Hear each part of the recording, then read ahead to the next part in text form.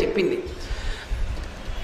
ఆయన దగ్గరికి వెళ్ళినప్పుడు ఆంజనేయం మహావీరం బ్రహ్మ విష్ణు శివాత్మకం తరుణార్క ప్రభం శాంతం ఆంజనేయం నమామ్యహం అంటూ తిరగాలి పరమ మౌనంతో.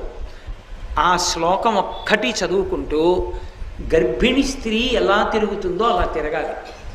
కనీసంలో కనీసం హనుమ జయంతి నాడు 3 మాటలు తిరగాలి. కనీస ధర్మం అది. 3 మాటలు తిరగాలి.